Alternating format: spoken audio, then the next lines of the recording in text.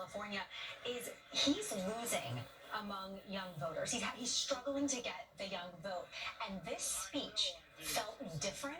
It was almost like he had written it and had prepared it for social media clips. You cover technology for us. Yes, and you can see this living on Instagram, living on Snapchat, living on TikTok, in these little moments to reach all the people who are definitely not watching tonight.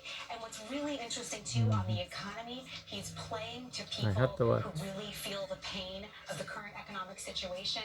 He made a promise though that was entirely ad-libbed. He said the landing is and will be soft. That is implying that there will be no recession, that rates will come down and jobs will be fine. That is a very, very big promise to be making when the road to inflation has been really bumpy, and Chairman Powell at the Fed has been very hesitant to cut rates. One of the other things I would note here, Nora, is in the most extensive comments I have seen to date, the president did something that progressive voters have asked for, which is to acknowledge Palestinian casualties in this war in Gaza. He said upwards of 30,000 people killed. 3 pages, 3.5 pages on Israel and Hamas and that conflict. This is something that he saw at the ballot box. Democrats saying to him they don't support his policies. We know that as we are approaching Ramadan, this is a key moment because the president hoping to get some sort of ceasefire before what could be a very dangerous situation as this humanitarian catastrophe is unfolding. To build on what Jolie was saying with her excellent reporting, the headlines are going to be foreign policy, the nods to his predecessor, Donald Trump, but a lot of economic news in this speech. You see the president really making a pitch to labor voters, union voters nationwide. Sean Fain, the United Auto Workers president, up in the First Lady's box. And you saw him take on corporate America with strong language, address antitrust issues, corporate size and scope and power in this country. This was, as Ed said, a populist speech, a progressive speech. He needs those voters to come out, not be drifting towards Trump on the populist front, on the economy, not just on foreign policy. I want to bring in Major Garrett because he's followed Congress and presidents so closely for so many years. Your take on his remarks tonight? Let's not overcomplicate this, Nora. This was a base mobilization campaign speech. Yes, it has the trappings of the State of the Union address, but almost every policy priority the president identified, and even those, as Margaret mentioned, specifically referencing Palestinian civilian deaths in Gaza, is about shoring up and re-energizing a Democratic constituency in preparation for the general election campaign. In this era of negative partisanship, where the most important thing for a political leader to do is marshal and energize your base and then find whatever additional voters you can, tonight's speech was exactly tailored to that imperative.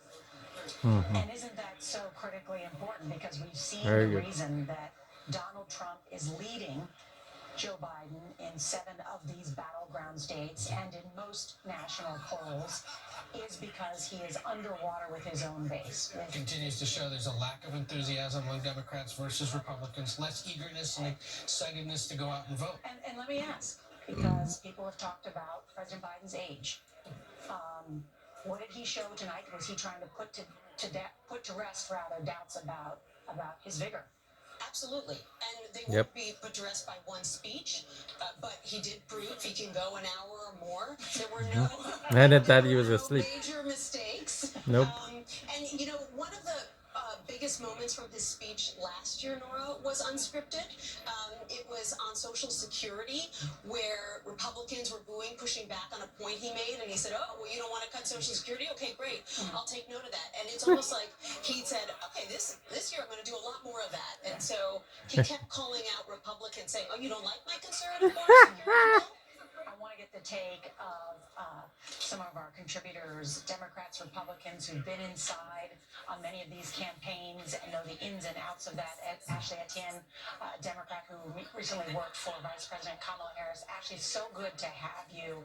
What did you make tonight of this remark and of the president's remarks, and do you think it puts to rest some of these concerns among the Democratic base?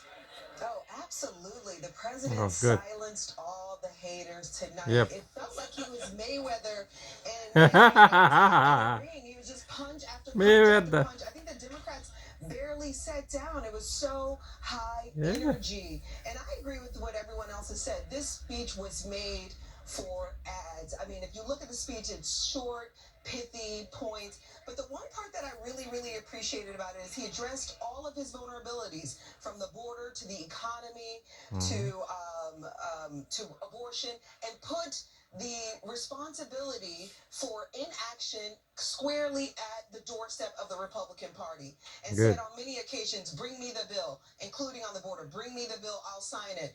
I'll take action to Yeah. reinstate Roe versus Wade. So that's what I thought was so powerful about this speech. It was one of those speeches that I think not just is gonna energize the base, but it's also targeted to those Nikki Haley voters that are trying to find a home. And I Good. think they can find a home with all of these issues that the president laid out today. Yeah. And you can see as the chamber is emptying, many of the Democrats remaining, and the president, he's still there at 10:45. 10:45 at night. I want to bring in Still Tim Sullivan, standing. CBS News political The contributor. cracking Biden Worked still for many standing. Republican campaigns. I thought he said And I that do time wanna ask past you, the Terry, bedtime. because it was noteworthy to watch Nobody said Speaker past Mike the Johnson bedtime, for the man. first time there behind him. The times that he did stand up, the times that he didn't. Some of your colleagues, like Mike Murphy, have said, I never thought in my lifetime I would see a Republican House Speaker who won't stand and clap for stopping Russian military aggression. He didn't do into, nothing. Your take. Yep. Yeah, look, it is. He's scared. In the State of the Union, the president is king. He controls the room, and it is difficult to be anybody else, be it in that room or even as we're about to see, the follow-up speech is a difficult thing to follow, a tough act. He's in control, and he had a lot of energy tonight, and it was tough to understand. Was this a campaign rally?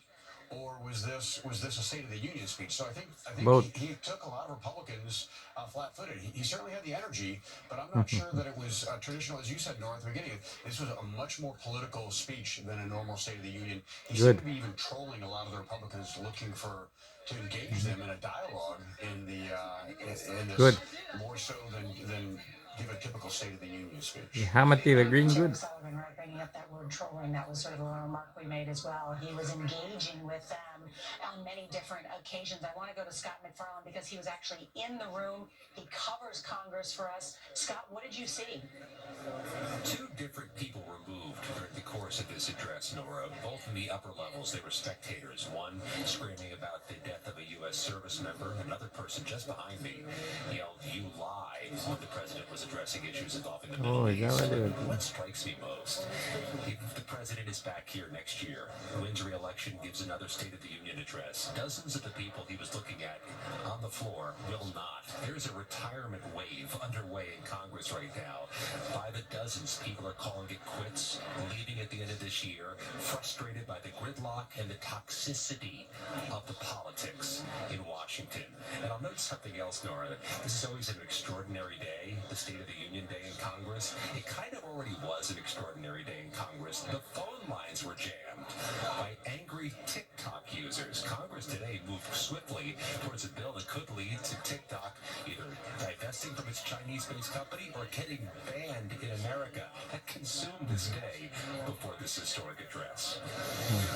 Scott McFarlane, thank you. All right, when we come back, Alabama Senator Katie Britt will have the Republican response to tonight's Very State good. of the The Union. president did very good today. I gotta wait to see when Colbert come on.